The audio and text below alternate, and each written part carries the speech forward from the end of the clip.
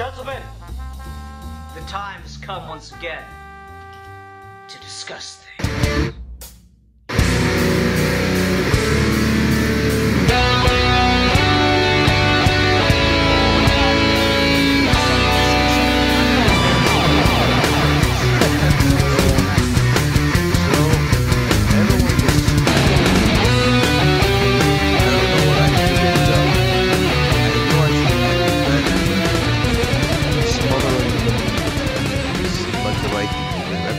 Naked, by the way. Okay, and on that note, welcome to this week's episode of Geeky Gentlemen. I am Sid Part 2. Joining me today is Milan Jeftic 1992 and Hey. R64 Bear, aka Bobby. You may have seen him in this little movie. I was in it briefly. It's called Ian and Bobby's Epic Quest to Rent a Movie. It's kind of an underground thing. Had a little cameo in it. Yeah, but today, ladies and gentlemen, we will be discussing the 2011 film by Joss Whedon, Cabin in the Woods. And before we get started, I do have two announcements regarding the future of Geeky Gentlemen. First of all, Man of Steel just came out here in the States, but it'll be about another 2 weeks till it's out in Australia. Bill, Milan, and I want to do it together, so we're going to have to wait until Milan's able to see it, but he'll be seeing it as soon as possible. Oh, All yes, right? I'll be seeing it on the very night it comes out. I'll go to the nightly release, to the midnightly release. Yep. And Yeah. the second one, and I'm sorry to say this, everyone, I want you to know, unfortunately, this is going to affect the show long term. And I want you to know that no one's more upset about it than me, and I'm doing everything I can to eradicate the situation, but it'll take time. Basically, I can't use one of my favorite jokes anymore because I have a girlfriend now. Oh, This dude. is... Yeah, I know. Now, everyone, Dude. don't unsubscribe. Like I said, I promise, I'm doing everything I can to stop this. I am an insane asshole. I am selfish. I steal her food. I make fun of her. Believe me, I'm working as hard as I can, everybody, but it's just gonna take a while. So just bear with me through this difficult time. Yes, we gotta be there for Ian. I mean, like, dude, really? Ugh. I'm sorry, guys. Really, I am. For shame, dude. Anyway, so like Ian said, we are doing a video on Cabin in the Woods, and yes, it's by Joss Whedon, the guy who did the Avengers film. It's this little underground movie. It has like this big green guy and this guy in a robot suit and this guy with a shield and this other guy with a bow and arrow and this chick with big knockers and red With hair. great big tracts of land. Yes, big tracts of land. But and there's also this black guy with one eye. And he yells and shoots people a lot, but in a cool, manly way. This movie is a little bit, it's underground, but I'd have to say it's pretty good. So yes, but Cabin in the Woods. Well, it is. Should we just jump right in, or should I start? Milan, let's just start with the standard. What made you want to pick this? Well, I was sitting on my computer and Ian was pestering me about what would be the next topic of review for Because this week's God show. knows you don't need that since you obviously know the schedule so well, Milan. Oh yes.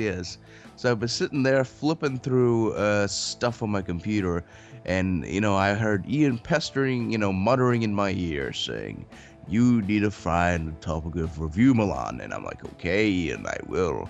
And so I was thinking of Bobby for some reason, not in a sexual way, I promise, in a purely platonic, manly way. And I thought, Great. okay, I know. I was a little bit. Okay, I was lying. Yes, in a very sexual way. I was Okay, imagining you with your a head. donkey. in my Yeah, legs. a donkey, a donkey, a tutu, and whipped cream were involved. A lot of whipped cream. But anyway, that aside, I saw this file on my computer entitled "Cabin of the Woods." It was a movie file, and I'm like, Of the. yes. Shut up. I just woke up. My brain is not fully functional. Just give it some time. But basically, I found this file that was entitled Cabin in the Woods, and it was a movie called Cabin in the Woods. And I remember watching this movie, and I remember, Bobby recommending it to me, and all that, the thoughts of donkey tutued, the donkey love and Bobby and this movie kind of all, combined into this, thought of stuff. And I thought, what, this movie's okay. So I said, what the hell, I'll pick this as my, topic of review for Geeky Gentleman this week. All right, and just because this movie is it's not necessarily completely underground, but it's not really something a lot of people have heard of. Let's try to do the next couple minutes non-spoiler on it. Okay. Recommend, don't recommend, stuff like that. Okay. And then we'll get into spoiler territory. All right. All right. I'll recap the first part of the plot very simply. No. Oh, okay. That's spoiler. So Cabin in the Woods. Overall, I really enjoyed it. As it began, I thought, oh god, typical horror movie crap with the weird intro with these scientist guys. Oh, something's gonna escape or whatever. But then as it developed, I became really, really interested in what was going on, and it got really clever, and it was really innovative, I thought. Chris Hemsworth is in it, and I don't know, he's just kind of there. He's someone that anyone could have played this, so it's not really exceptional to see him. Well, fun fact about that. That was actually, I believe, his second role he ever did. That and James T. Kirk? Yeah, before, yeah. Wow. And actually, when they were filming this which was back in 2009. Mm-hmm. He just got a phone call. They're going to hire him for Thor. They're going to get him for, what was it, Red State? Whatever it was, I believe it was, whatever the movie with the invading communist, I don't know. And Josh Whedon was talking to his buddy, he's like, wow, we got to know that guy. He's going to be famous one day. And little do you know, he got the direct, Avengers, and got to work with him again. That is funny. I mean, I liked him in it. He just didn't really, it's just kind of a catch-all part, and he did fine in that regard. He was the charming, intelligent, quarterback fellow, but not the type that that stuck to the stereotypes. Just a tall, handsome, intelligent young man. Yeah, and just like in about any Whedon movie, I noticed this with Whedon and Shane Black. They have a lot of fun just turning conventions on their head. And this movie's all about doing that. This is all about taking the cliche and turning it on its head. So that's really fun to see. So if you do decide to watch it, based on these first couple remarks, watch past about the first half hour, because the first half hour of the movie looks like it's going to be really trite and cliche and boring, but once you get through it, it actually gets really good. Oh yes, the first part is basically misdirection, and it's the best kind of use of misdirection in film I've seen in a long time. Yeah. But overall, as someone who, obviously Milan liked it because he picked it, and obviously Bobby liked it because he's the one that told Milan to watch it. So for me, being the person that had just briefly heard about this movie before, I'm gonna say if you're kind of on the fence about it, wondering about it, watch it. It's on Netflix, so just watch it. Now, Ian, now you're not really a big fan of horror. I am and I'm not. I want to be, but they keep letting me down because they're so bad. And this is an example of a good horror movie with a lot of gore that actually makes it work. Like the Merman was awesome! Oh, the best. Oh my god, that was like the best payoff to anything ever. Yeah, I agree. But anyway, I'm gonna give a score right now. Yeah. I'm gonna say 5 out of 5 stars. This movie does exactly what it was trying to do, in a fantastic way. So, you know, watch it. Yeah. There's gore, there's violence, there's boobies. Mm. So just to let you know, but do watch it. It's really good. Well, how about we all give our pre-spoiler scores? What about you, Bobby? I'm gonna have to give mine a 5 out of 5 as well.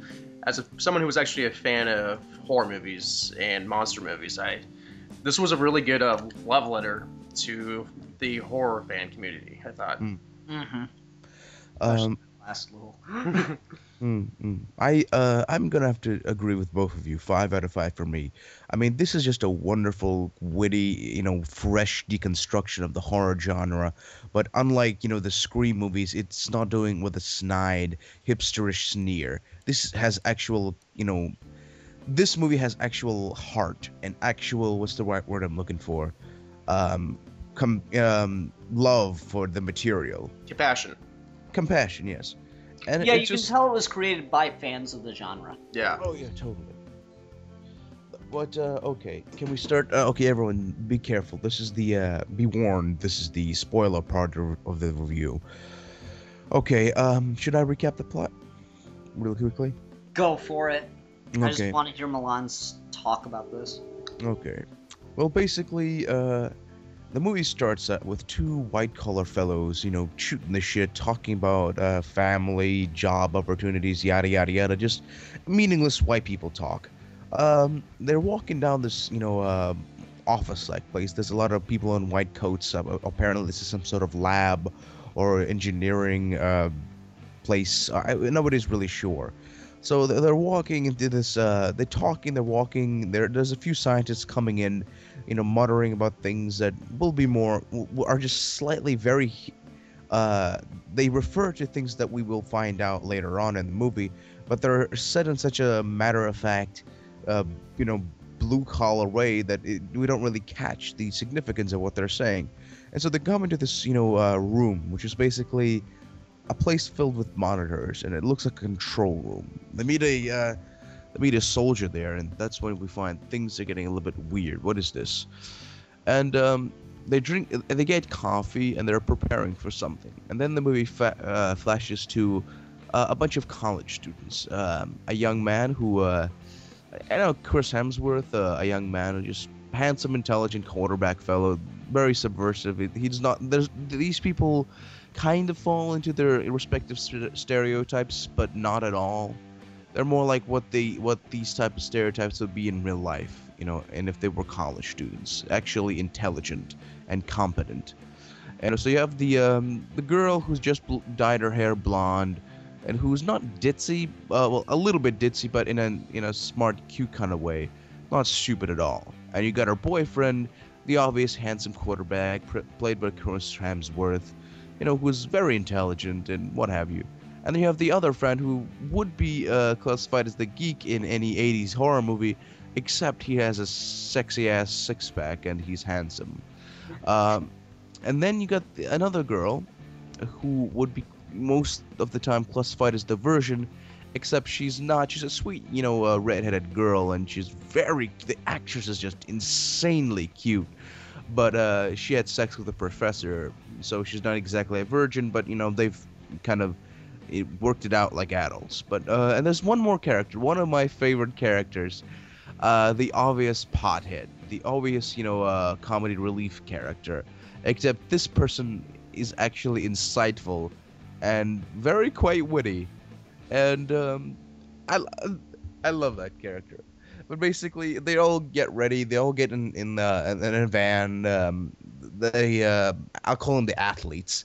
Chris Hemsworth's character's cousin has bought a cabin out in the woods, and so they're all getting in this van, and they're gonna drive out there for the weekend. And there's a lake by the cabin in the woods, and what have you.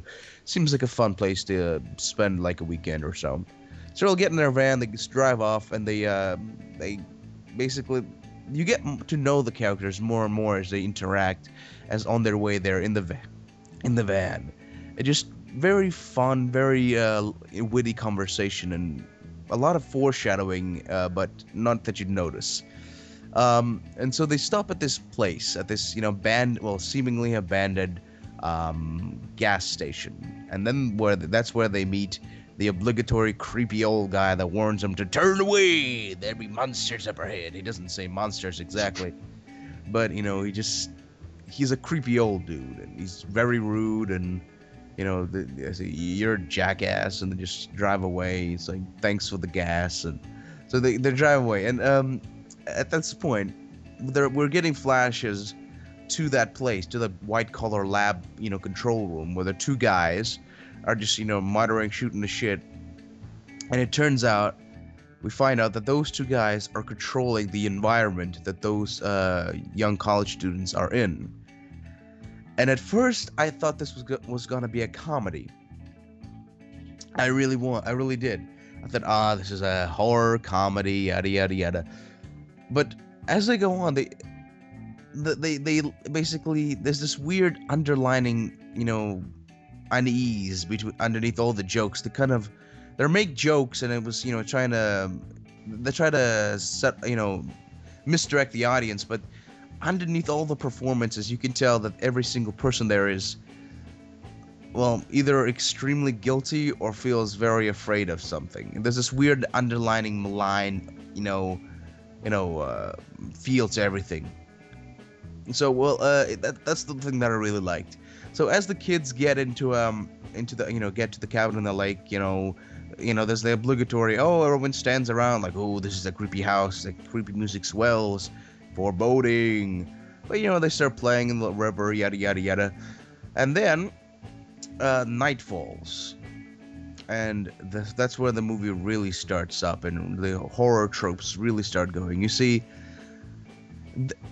the kids walk down into the basement. They're like playing Truth or Dare, and the white collar guys push a button, the basement door pops open, and the kids go down there, and they find a lot of creepy shit that you would find in any horror movie. Like there's this little music box. There's this little Come on, faster, please. Okay. Well, you guys can interject, add to the description. I mean, come on. No, just a plot summary shouldn't be more than 5 minutes. Okay. So basically, they find all these little doodads that are real horror fans can pinpoint. This is the analog for this, mystical object in this horror movie, and there's a whole bunch of these. It's all these characters are playing with them. Like, what is this little, device thing, music box that reminds me of the thing from Hellblazer? What is this conch? This giant shell. What happened if I were to blow in it? Oh, but one of the virgin girl, she picks up a diary, and basically, long story short, they summon up a bunch of redneck, zombified, pain-worshipping idiots. Yeah, and basically that's the thing. From the outside, it seems like your average horror movie, and these characters are smart. They don't act like the regular horror victims would. But the thing is, it's turned out that the white collar workers in the control room, this whole lab is an organization dedicated to recreating those scenarios. I mean, they have these agents where they, like the girl with the blonde hair that recently dyed her hair, the girlfriend of Chris Hemsworth. They actually poisoned her hair dye, so it's lowering her. Okay, so anyway, so the zombie torture family starts trying to kill everybody. They're having a lot of success. We think they kill the stoner guy as he's figured out that they're being watched, that everything's being set up. But he hides out, and as the others try to escape, they all fail. The virgin girl is being slowly murdered when suddenly, out of nowhere, the stoner guy saves her life and leads her down into this elevator shaft where we begin to see all these different kind of monsters. Like, there's a werewolf, there's a little creepy ballerina girl, and they get into the office of this, or they get into the office levels of this area that's been controlled by all the white collar guys, and they bring out every fucking monster from every horror movie ever. Which And I they all love. just start fighting and killing everyone. Did you guys like how the button was like a big red button? Yeah. Very stereotypical, horror movie, just like that's the doom button. The 11th Oh hour. god, I love that. Yeah, so anyway, so all these, like, horrible monsters are running around killing all the white-collar workers. And there's this running gag from one of the guys the whole movie, which we mentioned briefly earlier. There's this running gag the whole movie where old dude's like, I just wish it'd been a merman. I would have thought it was cooler if it were a merman. And dude gets knocked on his ass, and while he's laying down on the ground, he sees this weird shark-like thing with arms crawl its way toward him. And he's like, oh, son of a bitch. And then the thing just bites his neck, and it starts, like, gnawing on him, and then it's got, like, Well... What do you call those, Milan? It's the things that whales have. It's a The blowhole. blow... Anyway, so it's got this blowhole, and it just shoots all this blood up through the blowhole, and it's just fucking disgusting. And I want to see a merman like that in a horror movie now, because I have no idea how it's going to hunt things down. But anyway, so the merman kills the guy, and shit's just hit the fan like crazy. And A guy gets stabbed by a unicorn. It's badass. Yeah, and then we find out that it's all been about ritual sacrifices from the old times to keep ancient gods asleep and keep humanity alive. And there are operations like this all over the world that are meant to do this, but all of them are failing up till this one. This one was the last hope, and it also failed in a catastrophic way, and the apocalypse is upon us by the end of the movie. See how that was so easy, Mr. Detail Man? Sorry, dude. I just really like this movie. But the thing is, as we're going on through this movie, and more of the characters get to die. You see, the white collar workers have this bet going on. They're like, before they get to the basement, they're all taking bets. Okay, what are they gonna do? What are they gonna do? Like, what monster will they summon up? And the soldier character, who seems to be like a new guy, he's like, "What the fuck is this? This is grotesque."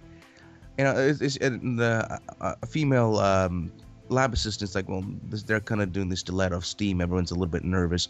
And that's the thing. When the first character dies, there's this weird kind of, one of the characters kind of, takes this little amulet and prays, we give you this sacrifice, and humble and afraid, bless you and please stay asleep. And he kisses the little thing, and that's the thing. Like, these people are terrified, and the whole funny sections with the white collar workers have this underlining, grotesque feeling when they like take bets on the lives of these kids, and then when they party right out, when they think they have won. It's just this horrible. It should be funny for me, but it adds this level of grotesquerie to, like, these people are horrible, or they're not horrible people, but they've been decorated by these evil gods to do horrible things, and the only way they can cope is by laughing at it. And it's just this. This is comment on horror movies, like when people get so desensitized to it, they laugh at it. But that was yeah, that was one thing I really enjoyed. Actually, really loved about that was it's just like, they're the guys who we are the two. What would we call the two guys in the control rooms? Yeah, the guys who are controlling everything. The way I look at them is kind of like they're the writers of a movie, and that's how I think they kind of represent into that. And so they're a little more, desensitized with it. And I loved how they humor with them. Like this, there's a scene where they get a phone call from the creepy old man. Oh God, yeah. Oh. Am I on speakerphone? As like, yes, this creepy old guy saying all this trite, cliche bullshit about, punish the wicked, blah blah blah. It's just like, randomly right in the middle of it. Am I on speakerphone? oh my God, you guys are so rude. Like, it just sounds like a Milan thing, you know? Just like in the middle of this like awesome ass creepy sentence, and suddenly just like completely, you know, weak little like cute moment comes out. Oh, thank you. That's me. Yeah, It's- I get what you're saying. This movie doesn't lack a sense of humor. It definitely has it. But at the same time, it doesn't let you laugh at the characters dying so much as it makes you laugh at like just making fun of like cliches within the genre, you know? Like you got your Freddy and your Jason movies and such. And those are always, you know, the killer tells a pun or some silly shit happens as the character dies. Mm-hmm. This, not so much. I mean, there was one or two of those. But what's really funny is just the stuff that's going on when the monsters aren't even on screen. Except for, obviously, the last couple minutes there. I don't know. What was your guys' favorite part, excluding the merman? Just when they push, for me, I have two favorite parts, and I'm sure you guys agree. As they're going down into the basement area, and they're in this elevator, and they slowly realize, like, holy shit, this is a monster zoo. Dun dun dun. That's what this movie should be called, Monster Zoo. I totally want to see a movie just real quick to interrupt. This movie almost kind of demands a prequel. Yeah. Or like a series of prequels, doesn't it? I mean, sure, it wouldn't be as clever, it wouldn't be as cool, but just they set it up so you could have any monster you want with the same premise and all these really interesting things can go on. Or you know what might be cool is if we got to see like a guy's career in the, you know, lab area. You know, if we got to see him just over the years getting more and more desensitized to it. And, you know, you just get to see all these kick-ass monsters, you know, killing teenagers. Yeah, I'd like that. There's nothing quite like murdering teenagers. Yes, I gotta say It's that's every true. man's God-given right to get a jumpsuit and a chainsaw and murder teenagers. I know, right? That's my right as an American. Dude, I know what you're saying. That, you know, murdering teenagers is the best. I gotta say. Murdering teenagers is the foundation of this country, guys. I know. Like, that's why I love America so Bobby, much. you have woods in the back of your house. How many teenagers have you murdered? There's a drowning and fire. Don't you have like a mass grave? Don't you have like a mass grave over there? You told me about that. Yeah, I know, but I'm just trying to think. Do hookers count? No, because they're not people. Okay. Teenage hookers? Do they count? Yeah, that's Fort Wayne for you. They come. A lot of them come from our high school, Snyder. Oh, ouch. Sad part is it's not too off the truth. Yeah, it's really, you're not wrong. You're not lying. But yeah. No, just to get back to that though, I really do think that this movie demands a prequel. Just because you know, you'd have to find another inventive way. I mean, here we go, major spoiler. The world fucking ends. I mean, there's your cliche trigger for that. How many movies have you watched where the world actually fucking ends? Dude. Not counting Superman movies. Okay, guys, it's so cool because in the very beginning, while the characters are, you know, driving to the cabin in the woods, the stoner character goes like, okay, we're all being monitored. You know, the world is contracting, and the concrete is filling up the cracks. And like, the girl character, the blonde girl, is like, what? So what are we gonna do? Should we just like she says something and like, what do we just like say? How do we save the world? And like the stone guy's like, you know, the world is not worth saving. It should have fall apart by itself. We're all just too chicken shit to let it. And the thing is, he lets the world fall apart. He's not chicken shit to let the world fall apart. Yeah, I do love me a good nihilist that sticks to his principles. But all right. So, Bobby, how about you? Favorite part? For me, it's got to be scene-wise. It was definitely the letting the world in. Mm-hmm. For a fan of horror movies and games, one of them was just so many Evil Dead references I saw. Like there's on the betting board, they're taking bets to see what monster they're gonna pick in the game, and they're all taking bets. And one of them I saw was Deadite, which is from Evil Dead, and another one was the tree, the angry molesting tree. Rape tree. Yes, was on the board too. I'm like, yes, rape tree for the win. Oh God, Rape tree for the win. Bobby, tweet that shit. No, for me, I mean, just because I was so fucking shocked to see her. Because besides Chris Hemsworth, who I'm not going to count since this was his first movie, as Bobby said, besides Chris Hemsworth, and I don't even know the guy's name, but it was one of the main control guys, the guy that got eaten by the merman. From West Wing. Yeah, I didn't recognize anyone in this movie. I didn't recognize any of the actors. And when she showed up, jaw fucking dropped. Jodie Foster is in this fucking movie, guys. Ripley. Fucking Ripley is the director of this whole organization. I thought that was brilliant. I laughed my Sigourney Weaver, ass by the way.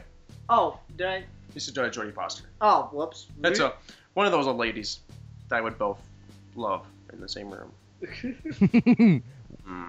With your penis. Just to clarify. Just in case no one really got the subtlety there. I'm talking about- Milan's here to clarify. Exactly. I want to have sex with him. Vigorously and in several positions. Repeatedly. More than once. Yes. You're not alone, buddy. You're not alone. Internet high five. High five. No, I as soon as Sigourney Weaver showed up, I don't know why. Who the fuck is Jodie Foster? Why is The she? Room. Taxi driver. Okay, thank you. Alright, yeah, as soon as Sigourney Weaver showed up, I was like, fuck yeah, she's in this! That's awesome! And she doesn't even fucking do anything. Anyone could have played that part, but it's just like, let's just go get Sigourney Weaver. She's not doing anything right now. It's just like, sure, fuck it, I need the money. Yeah, that was just so cool. I love that. She gets an axe to the back of the head by a zombie girl. Yeah. I like the zombies in this movie. I honestly wish they'd gone with something a little more creative than zombies. Me too. But I like the zombie hand. Yeah, good zombie hand. Good zombie hand. Yes. Good zombie hand. Yeah. That was cool, not gonna lie. Like, they were good zombies because you could actually kill them for one, and they were really clever and crafty, and I like that. I don't know. Not to be confused with, what was it, the redneck zombies? No. What It was it? Redneck torture family zombies and just zombies. Those were the two. They were clearly separate categories. Indeed, yes. It's yeah. No, I don't know. With some of those creative ass monsters they had, that's the thing. Like, it's not that the zombies aren't good. It's that there just were so many better options. Oh. I think they were just like they went for the obvious zombies because they didn't want it to detract from like, oh my god, there's a fucking unicorn in this movie. Well, no, I mean that's fine, but just like if they'd gone with a more creative monster, like even that guy with the fucking buzzsaws in his head was cool. That's Pinhead. That's Pinhead, yeah. Yeah. Like, I don't know, just one of those would have been cool. I was slightly disappointed. And the other thing, I don't know if it's possible or not, but it would be really freaking cool if this movie is like, I don't know how. Answer my question after I suggest this. How cool would it be if they did make a prequel? If like, I don't know, fucking Hellraiser and Jason and Freddy and Michael Myers were all in this. Like, if they just got cameos, wouldn't that have been awesome? Yes. Oh god, that would. Like, if we got a prequel and they all got cameos, just like one solid kill for each of them. I guess this guy just gets older and, you know, like that's, I really want a prequel for this. So, like, how good was the critical and financial reaction for this movie? Does anyone know? Did it make anything? Did it? Not really, no. Yeah. There's a lot of underground, like, oh my god, you should go out. There's a lot of underground critics going like this is really good, but it didn't really do all that well. People didn't really know Joss Whedon all that well before, you know. This is before he created the Avengers. Well, directed. He didn't create the I know. Avengers. I misspoke. And the Directed. universe. No, it's just like Joss Whedon's just sitting around one day. You know what? I'm gonna make a movie. It's gonna be called The Avengers. I'm gonna put some characters I just made up in it. And it just so happened that like these other movies with these characters had been made already. You didn't know? I misspoke. Josh Whedon actually created the human beings that wrote the comics. Oh yeah. He's a Time Lord, and he, you know, just messing with the DNA of the mother. I misspoke. But anyway, so this is pre-Avengers fame, and this didn't really do all that well. This like there was a lot of like positive, you know, buzz, but you know this didn't really do all that well. So I do recommend, if you want everyone, if you really like this movie, please buy it with money. So maybe with Joss Whedon or pester him on Twitter, like do another like I don't. That's the thing. Like even once a prequel, I don't think it would work necessarily because this is a wonderful. You'd have to do something different with it. That's why I'm saying, if you did a prequel, you wouldn't focus on the characters upstairs at all. They would be... Alright, as much as I dislike Michael Bay, he did get one thing right in his remake of Friday the 13th. Alright? And the first, 5 to 10 minutes of that movie, we get introduced to our typical cast of blah characters, and he kills them all in the first 10 minutes. And after the last death, right as like the machete comes down, title, Friday the 13th. That's how it happened. He actually kept one person alive. Well, still, but yeah. I was trying to be spoiler. Anyway, spoiler. Yeah, so anyway, the title pops up. First 10 minutes of the movie, 5 deaths by our monster. That's fucking brilliant. And if you did a prequel to this, I think the way you do it is you just make the characters up in the cabin completely interchangeable. They just keep dying. There's no consistency. There's no one group of characters. We just see this happens over years, and we're following a guy that like works down there. I think that would be really fascinating, because then you get to see all the monsters, and then you can tell a really interesting story with him, I think. It'd be more of a character story. It wouldn't be, you know, world's gonna end kind of stakes. I can see it working. How do you think it would work as a TV show? Nah. The budget would be way too much, I think, you know, for TV, because part of what's so good about this is the effects look fantastic. Like, you know, you figure you get 500 monsters on screen at the same time, it's gonna look like crap, and it doesn't. Like, this is the shit Sci-Fi Channel needs to fucking do. Yeah. If there was gonna be a TV show, it'd have to be Sci-Fi Channel, but they're not smart enough to do it.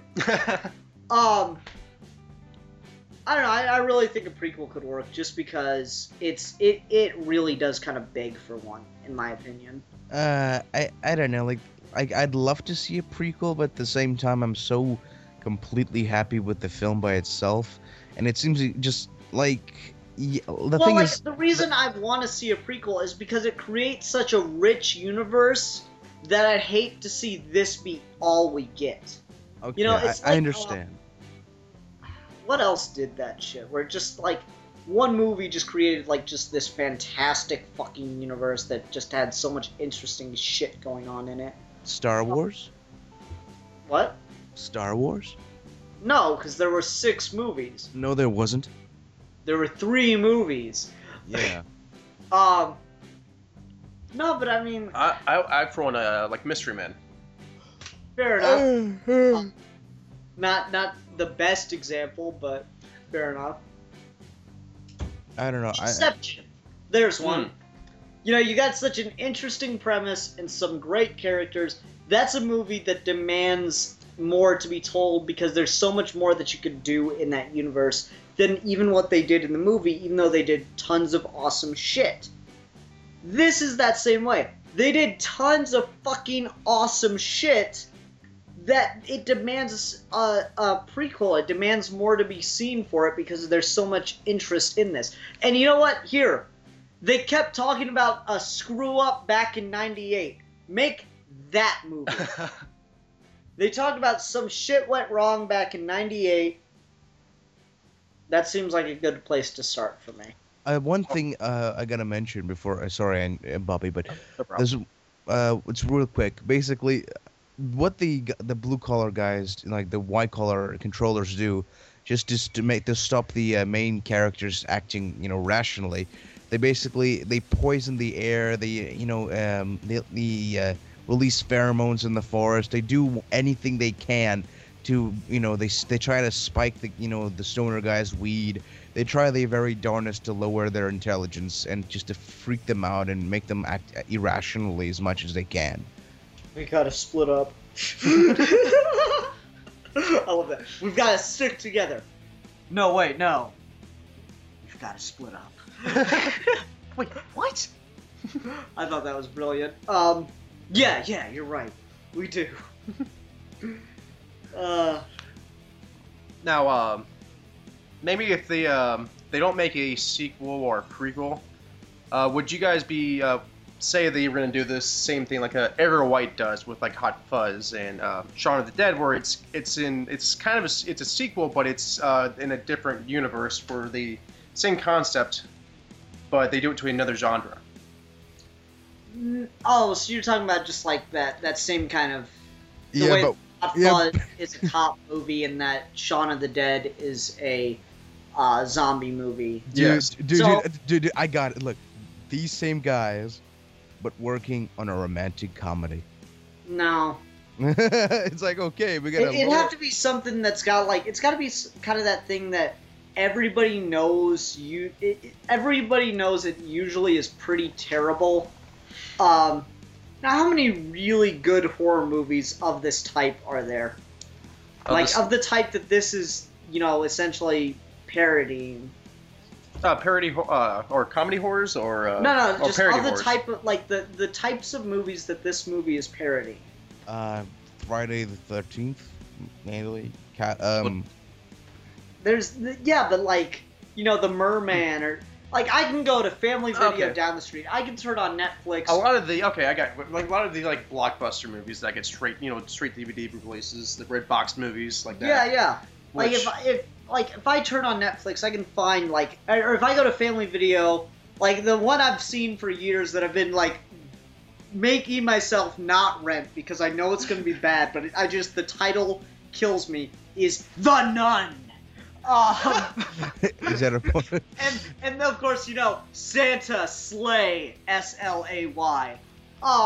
That's an awesome movie. Yeah. I gotta watch that Check one. out that intro. Oh yeah, I did see that with you, didn't I?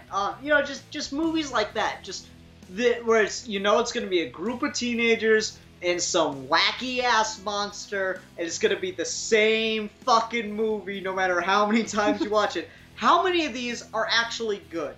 There's one with a gingerbread man monster. Run as fast as you can. No, but Kid. that's the thing. You need something of that similar type where just it's like if you saw it on a stand, you think that's probably going to be terrible. I don't know why I'm picking it up, but I am. So you need to find another genre that has that same kind of thing. If Joss Whedon was going to do another one of these, I don't know, maybe like sci-fi epics. You know what I mean? Yeah. Like your space adventure movies. Kind of like those like 50s and 60s sci-fi movies, yeah.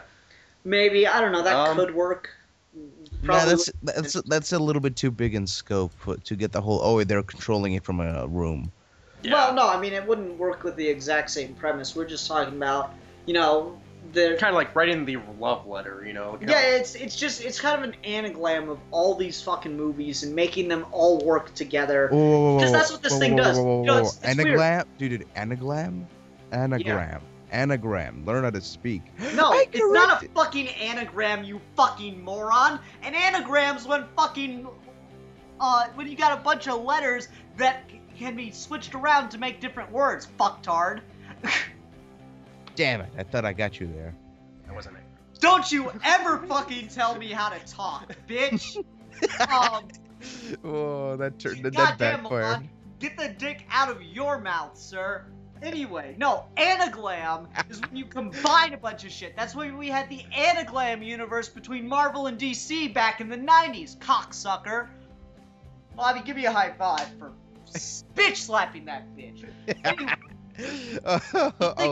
that backfired. This movie kind of like takes all those, you know, cheesy horror movies, these B and C movies, off of the shelf, and this movie puts them all in the same universe.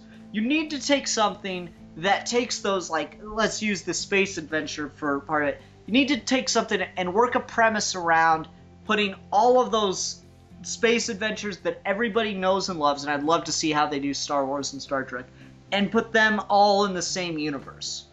And Joss Whedon would, of course, be able to use Firefly in that, too. Do you guys know the Reapers from Firefly? Yeah. They're in this. Oh, they were? Yeah, they're in one of the boxes.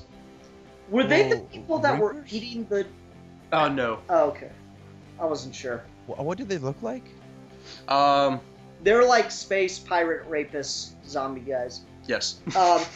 You'd have to see Serenity. They don't show up on screen in any other of the films. Space rapist zombie guys.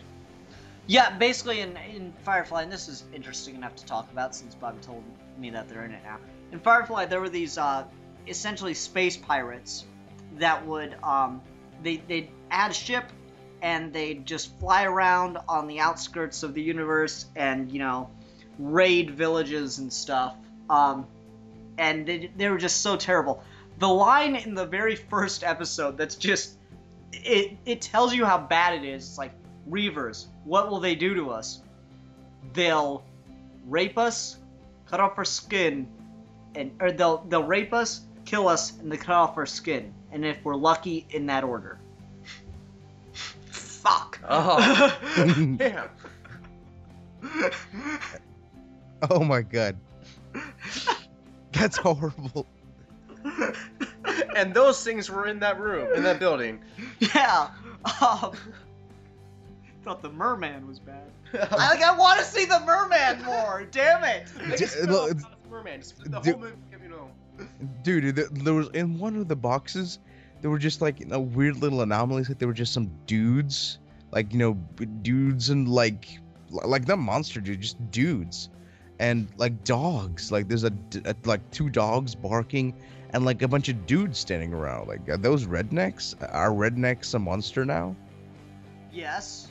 Redneck killers are in like every movie. Haven't you ever seen Texas Chainsaw Massacre? Leatherface isn't the only bad guy.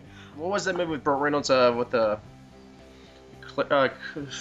What's it? It's got that. Feel like a pig. Oh, Deliverance. Deliverance. But the thing is, I don't understand. Like, do they just are those guys actual like representations of the evil of rednecks, or they just went out and like, okay, you two rednecks, come here, like get in this box. I'm like, what the fuck? We're Bob. Well, I mean, actually, if we're going for just every single horror movie, where the fuck was Cujo, man? Where the fuck was Cujo? Wait, is Cujo the dog? Yeah, Cujo's. Yeah, they had the dog. Well, no, I thought you said you had dogs and rednecks like in the same room. No. It was like dogs in one room and like rednecks in the other. No, Cujo. Oh god, I own Cujo. Never watched it. It's pretty good, but you remember Andrew? He used to live right next door there. Andrew's really good friend of mine. You know, we've known each other since we were like 5 or 6. There's a picture of us when we were really little up on my fridge, and Andrew likes to think that he's super hardcore. That he ain't afraid of anything. That he can, you know, he'll talk shit. He'll talk about I could beat his ass kind of stuff, right? So one day, Andrew and I are in my house alone, and we're watching Cujo. And once again, let me establish this, everybody. Andrew lives next door. And not only does he live next door, he doesn't even live across the street. We have to walk across a yard to get to each other's houses. Unfortunately, not anymore. He moved, and that makes me sad. But anyway. So. Your sadness. Yeah. So anyway, Andrew lived next door. And we're at my house, we're watching Cujo. It's dark outside, and the movie finishes. Cujo dies at the end of the movie, everybody. The movie finishes. And Andrew's like, okay, and walk me home. He was so scared by Cujo that made me walk him across the yard. Isn't Cujo... Hold on, isn't Cujo... And that's not my only favorite. That's my second favorite Andrew story. Here's my first favorite. Andrew's on the football team when we were in high school together. And one day, I'm giving him a ride home. And I catch him by the fence talking to all the other guys in the team. And he'd apparently tackled somebody really hard that day. And he's like, you know me, I ain't afraid to back down. I ain't afraid to take someone out. You know, I ain't afraid of nothing, man. I was like, Andrew, there's a bee right by you. Started like jumping around, doing like karate moves.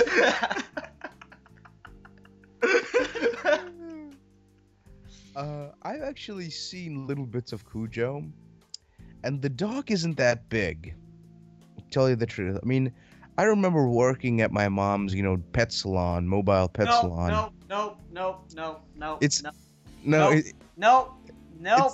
Why? Nope. Heard this story one too many times. No, it's not the same story.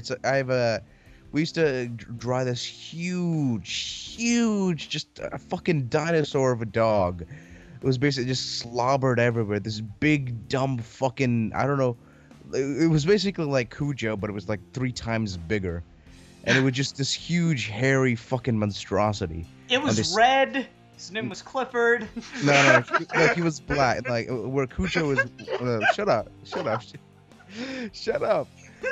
Look, where Cujo... I got Bobby really good with that one. Okay. Where Cujo is red, this guy was black. So this big black fucking hellhound, just slobbering everywhere, and it's just this furry as fuck.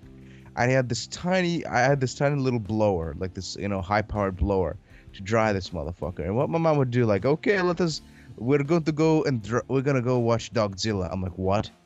Dogzilla? We're going to dry. Why isn't Bill here? Damn it! We're going to go and we're going to dry Dogzilla. You're going to dry Dogzilla. I'm going to stand outside and smoke. I'm like, no, not Dogzilla. Not Dogzilla! The thing is, this fucking thing was so huge.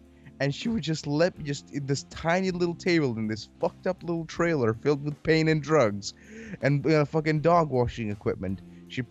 We just lift this motherfucker or just push him onto this little table, and he's just sitting there like barely, I don't know how he stayed on. His fucking blubber was like flowing over the fucking thing. He's just huge, wet, hairy fucking monster of a dog. And my mom's like, okay, I'm gonna go smoke. Here's a blower. Dry this animal. I'm like, will we at least have McDonald's after this? And she's like, no McDonald's. You're fat. Will I get paid? No money. Why are you selfish? And she basically walk out, light up, and I'd be left to dry this giant monster of a dog. 15 hours later, like literally, it took me 4 hours to dry this fucking thing, and even then he was all wet and shit. And I was like, Mom, I'm finished. And she come in and she touch him like under his belly. He's still wet. Do it again. And then that's when this thing with fucking slobber all over my tiny prepubescent face. It was just like bleh. I'm like, oh, Dogzilla, why are you so adorable? Why must you be so big? You are so wet, and like I have to dry you. The thing is, child abuse. I got so many of these, child abuse dog washing stories. I once had to wash, many times I had to wash like a German. What was it called again? It's like a Nazi dog. Hold on, let's get back to the movie. If I don't shut you up, you'll just go all night. Yes, I had terrible childhood. That was horrible abuse. No, it's funny. I would be telling this if my childhood abuse wasn't funny. Yeah, it's funny to you. The rest of us are just like, we feel bad for laughing after this. It's like, oh, God.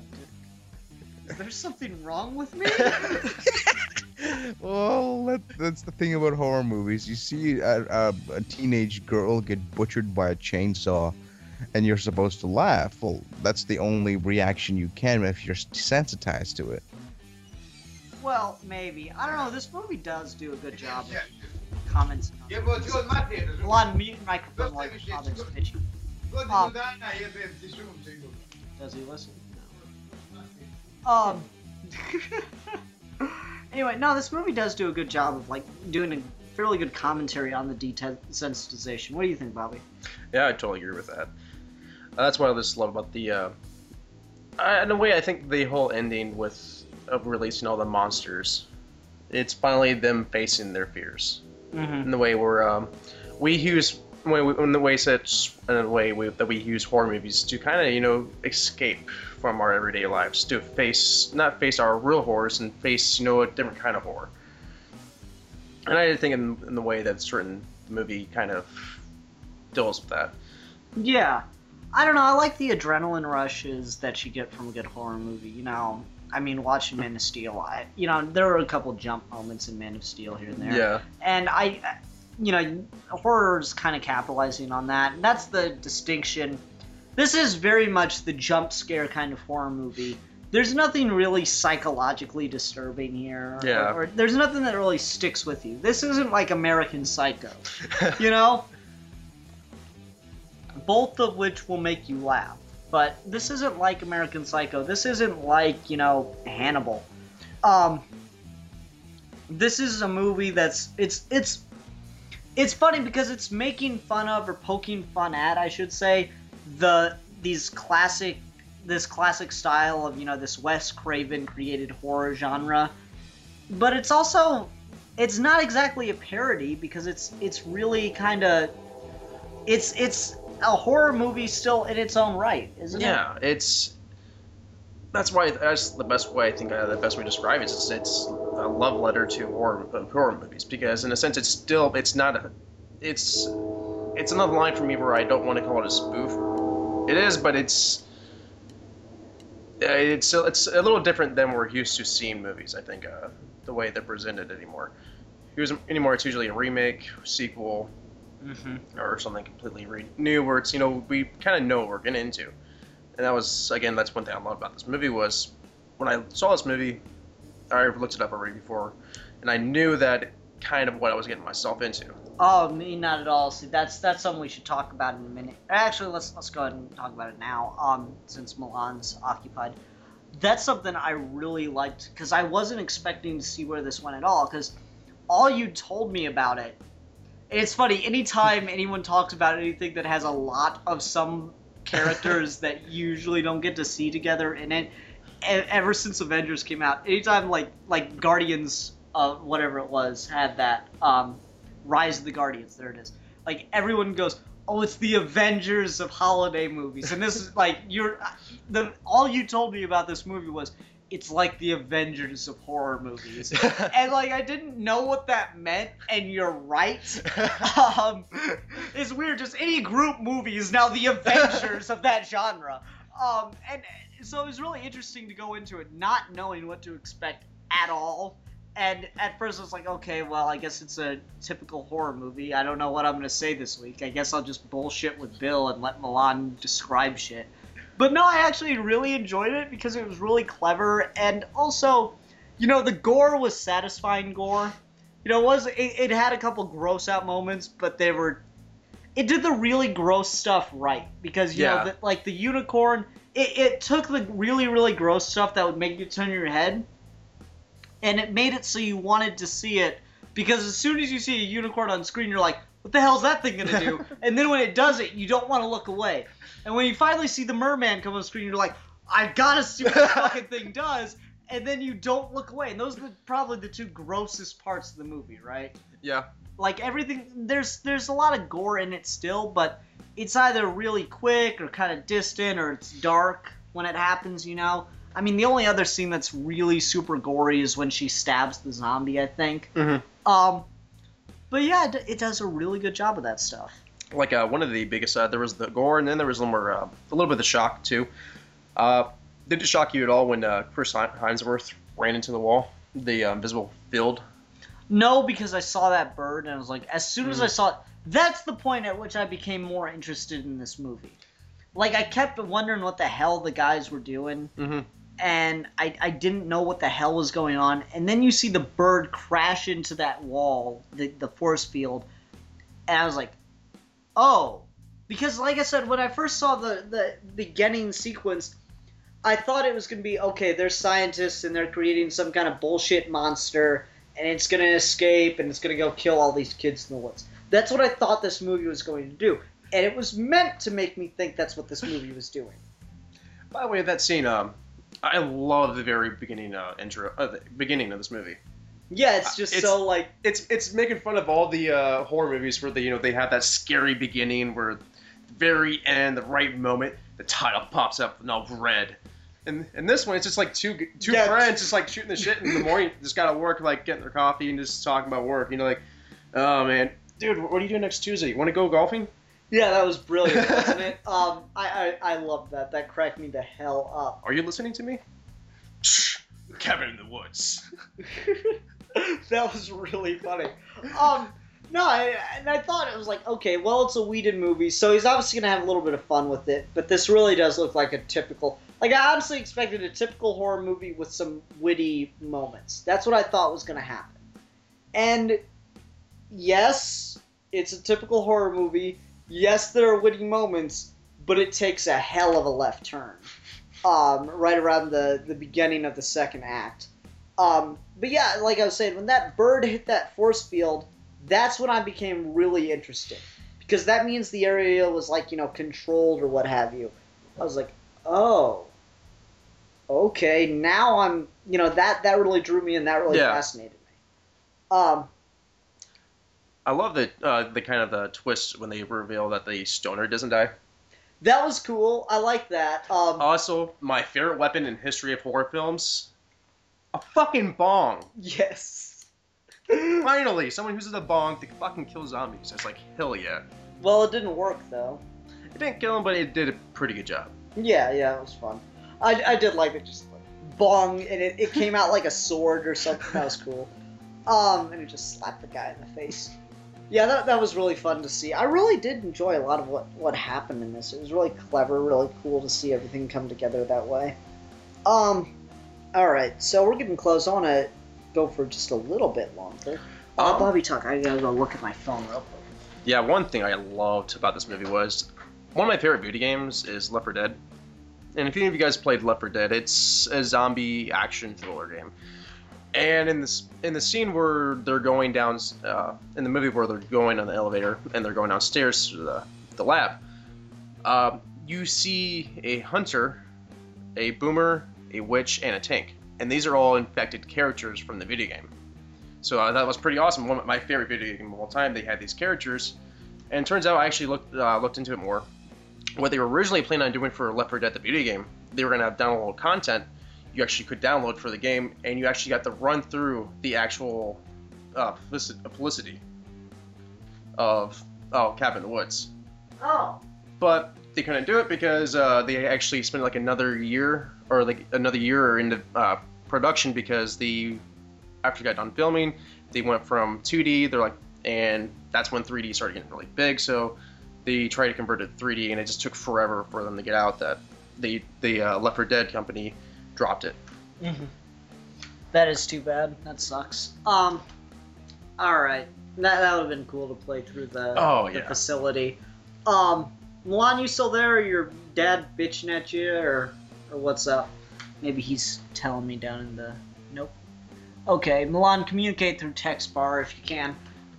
He's probably helping his dad with stuff. I just want to go for a couple more minutes, because that's the problem we always have with reviews. We kind of drag on when it's just a single movie. But yeah, we're getting pretty close. Might as well start to wrap up. I wasn't sure what we were at yet. Well, this will be a shorter episode, guys. Sorry about that. One thing I liked about the movie was the whole plan behind the gods. Just they're trying to see how strong humans are, and it's the whole idea of having about a time when all humans finally defeat all the rounds and the countries that they're in. I think it's a good test to see how. All right, humans are finally now getting too strong for our own good. We're going to wipe them out. I didn't think of it that way, but that is kind of clever. I mean, once the humans were able to defeat the monsters in every single one of these facilities. You know, the one thing we didn't talk about, which just made me think of, but that was a good point, Bobby. Thank you. I love the ring and Yes! the way they parodied that. That was hilarious. Oh my god, like the little Japanese girls in a circle and they're singing and the fucking monster gets turned into a frog and it doesn't make any goddamn sense. And like the guy's like yelling fuck you at the 5-year-olds and shit. Fuck you, little girl! Oh god, that was hilarious. I cracked the hell up. I love that he was like that's getting like Milan was saying before. There's a thin line between comedy and horror in this movie, and the comedy we get is really good. Yeah, that was really brilliant. I love that the Japanese monster was defeated by 5-year-olds. And all they did was sit in a circle and sing. It was brilliant. God. You know what else would be a cool monster cameo to have had? Leprechaun. Oh god. They could have afforded they actually probably could have afforded the rights for that, so. Well, like, I think the thing is, like, I guarantee you all the horror movie, the guys that want to direct horror movies, I guarantee you all of them saw this, and anyone that's producing these characters probably did too, you know, or they probably will. So it gives me a little bit of hope that it might actually happen, that they might actually let them cameo just to get the characters some popularity back. This would be such a better Jason versus Freddy here than, you know, the actual Jason versus Freddy, I swear, like, it's a better concept than... Brief tangent, because I remember you and I saw this at the same time. You remember 2 Halloweens ago when we were watching the documentaries on Nightmare on Elm Street? Yes. And they were talking about Freddy versus Jason and how it was originally supposed to end after the credits. And it was like, just to describe this... Pinhead would come in. Okay, so Freddy and Jason were supposed to be fighting in hell after the end of the movie. And, like, they were still going to be, you know, battling, and then all of a sudden, some chains were going to come out of the fire and just separate the two, and then Pinhead was going to step out and be like, gentlemen, what seems to be the problem? And then, end of movie. Wouldn't that have been fucking amazing? Oh. That would have been been a Hellraiser fan, and that would have been awesome. That would have been fantastic. I'm back, by the way. Can you guys hear me? Yeah, Yeah, right here, yeah. man. Oh, man. That would have been awesome. So yeah, my dad had me wash it, like, Dude, massage no his- one wants to fucking know. What? I was gonna go into extensive detail of washing his dentures. Jeez. See, Bobby, did you want to know that? Did you have any need? Is your life now complete? How do Russians clean dentures? A lot of First ass. you take vodka, then you... I was afraid to ask. No, but anyway, Milan, you got any final thoughts on the film? Yes, it's a really great subversive deconstruction of the horror genre, and it makes it work because even in the funny parts, there's this weird kind of underground, like underneath malign feeling to the whole cruelty of it all, and just fucking the monster zoo. That if you're even a casual horror fan, that is like the best blowjob ever. Like, I love that you are known as the guy that is amazing at metaphor and simile and describing things, and the one you always go for is such like the 13-year-old answer. It's like, how good was it? It was like getting a blowjob. You know, Okay, it's fine, like fine, you're the guy fine. that's supposed to be all creative and good at the metaphor. And Okay, you're not. fine. Here's my metaphor. It was like getting a massage from a gaggle of fairy creatures from the, I don't know, fuck it. I don't know. Fuck it. It was it was great. Blowjob. I'm gonna stick with that. That's awesome. Like, it's so lazy, Milan. Put more effort into it. I expect next time we do a review and you really enjoy something, I expect no less than 2 minutes of hilarious metaphor that no other person on the planet could possibly conceive of that actually ends up making sense in the end. Okay. Should I try again, or should No. Okay, that's fine. I've lost my opportunity this episode. Now fillet yourself. Anyway. Okay, then hold on. Blowjob, maybe the balls are getting tickled too. Yeah. I don't know. It's not worthy of you, Milan. That's I why know. I'm disappointed in you. Oh, thank you. The fact that knowing that I'm worthy of something and somebody thinks so highly of me, thank you. Okay, anyway. Thanks everyone for listening. Next week, Bill will be joining us again, and we will be talking about character origins. Oh. Ooh. He said this idea was inspired by Man of Steel, so Milan, yeah, we should be good. We should be okay. We should be able to cover it without talking about details of Man of Steel. Sure. So that should be fun.